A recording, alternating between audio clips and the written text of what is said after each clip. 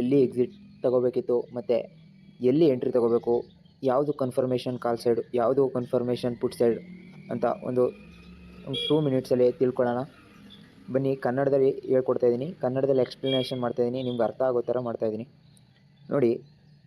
ಇಲ್ಲಿ ಇದು ಬಂದ್ಬಿಟ್ಟು ಈ ಸರ್ಕಲ್ ಇದೆಯಲ್ಲ, ಇದು ಬಂದ್ಬಿಟ್ಟು ಕಾಲ್ ಸೈಡ್ದು ಮಾರ್ಕೆಟ್ ಆಗಿದೆ. ಇಲ್ಲಿ ಕಾಲ್ ಸೈಡ್ ಮೂಮೆಂಟ್ನ ಒಂದು ತಗೊಂಡಿದೆ, ಆದರೆ ಕನ್ಫರ್ಮೇಷನ್ ನಮ್ಗೆ ಇನ್ನೂ ಆಗಿಲ್ಲ. ನೀವು ಕಾಲ್ ಸೈಡು ಕನ್ಫರ್ಮೇಷನ್ ಆಗಿ ಎಲ್ಲಿ ಕಾಲ್ ಸೈಡಲ್ಲಿ ತಗೋಬೇಕು ಅಂತ ಅಂದರೆ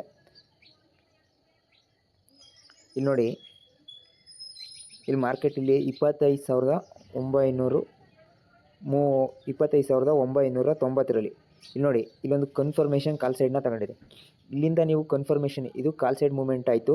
25,920ರಲ್ಲಿ ಕಾಲ್ ಸೈಡ್ ಮೂಮೆಂಟ್ ಆಯಿತು. 25,993ರಲ್ಲಿ ಕನ್ಫರ್ಮೇಷನ್ ಕಾಲ್ ಸೈಡ್ಗೆ ಕನ್ಫರ್ಮೇಷನ್ ಆಗಿದೆ.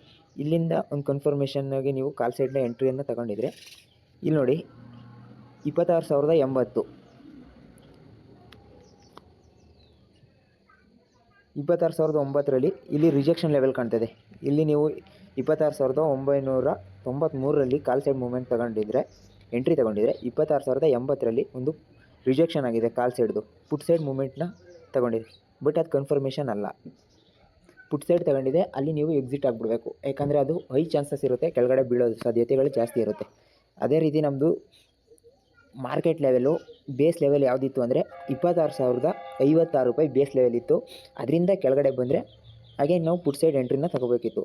ಅದರಿಂದ ಮೇಲ್ಗಡೆ ಹೋಗಿದರೆ ಕಾಲ್ ಸೈಡ್ನ ಕಂಟಿನ್ಯೂ ಮಾಡ್ಬೋದಾಯಿತು, ಎಕ್ಸಿಟ್ ಆಗಿದರೆ ಮತ್ತೆ ಕೂಡ ಎಂಟ್ರಿನ ಆಗ್ಬೋದಿತ್ತು. ಕಾಲ್ ಸೈಡ್ನ ಕನ್ಫರ್ಮೇಷನ್ ತಗೊಂಡಿದ್ರೆ 26,100ನ ಎಬೋ 26,100 ಎಬೋ ಹೋಗಿದರೆ ಮತ್ತೆ ಸಹ ಕಾಲ್ ಸೈಡ್ನ ಮೂಮೆಂಟ್ನ ತಗೋಬೋದಿತ್ತು. ಈಗ ನೀವು ಇಲ್ಲಿ ಬೇಸ್ ಲೆವೆಲ್ ನಾವು ಮೊದಲೇ ಹಾಕೊಂಡಿದ್ದೀವಿ ನೋಡಿ, 26,056, 25,056. ಇಲ್ಲಿಂದ ಒಂದು ಪುಟ್ ಸೈಡು, ಇಲ್ಲಿ ಒಂದು ಪುಟ್ ಸೈಡ್ ಎಂಟ್ರಿನ ತಗೊಂಡಿದ್ರೆ ಅಲ್ಲಿಂದ ಬಂದ್ಬಿಟ್ಟು ಇಲ್ಲಿ ನೋಡಿ 26,000, ಕರೆಕ್ಟಾಗಿ 26,000ದಲ್ಲಿ ಇಲ್ಲೊಂದು ಮೇಲೆ ಹೋಗಿ ಇಲ್ಲೊಂದು ರಿಜೆಕ್ಷನ್ ಆಗಿದೆ. Call side momentum ಸಾಧ್ಯತೆಗಳಿದೆ.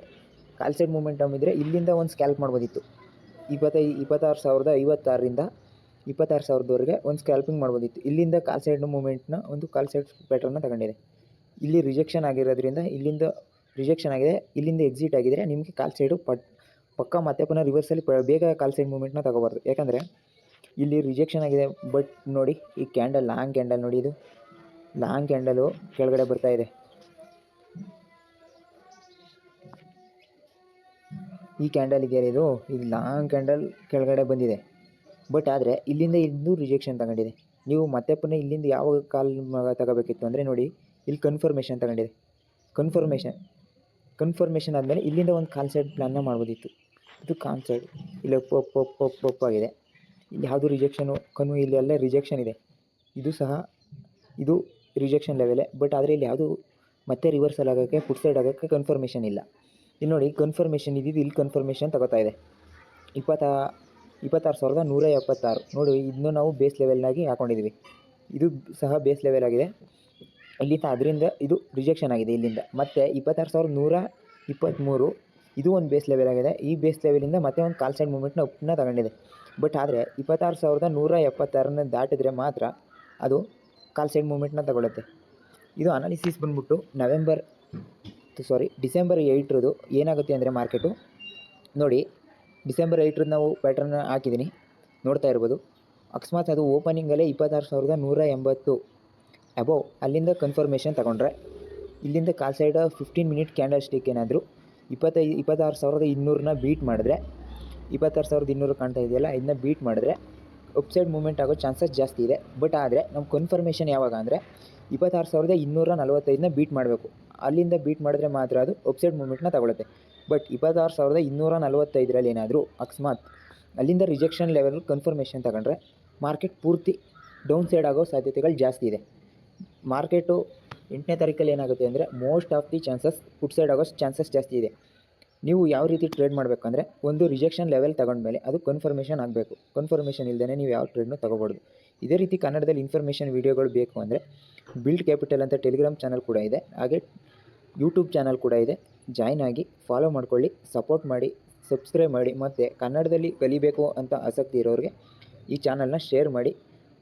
Thank you so much. Follow ಮಾಡ್ಕೊಳ್ಳಿ ಗೈಸ್. ಎಲ್ಲರೂ ಕೂಡ ಒಬ್ಬ ಒಳ್ಳೆ ಪ್ರಾಫಿಟೇಬಲ್ ಟ್ರೇಡರ್ ಆಗಿ ಲೈಫ್ನ ಎಂಜಾಯ್ ಮಾಡಿ, ಚಿಲ್ ಮಾಡಿ. ಇದೇ ರೀತಿ ಡೈಲಿ ಮಾರ್ಕೆಟ್ ಅಪ್ಡೇಟ್ಗೋಸ್ಕರ ನಮ್ಮನ್ನ ಫಾಲೋ ಮಾಡ್ಕೊಳ್ಳಿ. ಫ್ರೀಯಾಗಿ ಕನ್ನಡದಲ್ಲಿ ಟೀಚ್ ಮಾಡ್ತಾಯಿದ್ದೀನಿ. Okay guys, thank you.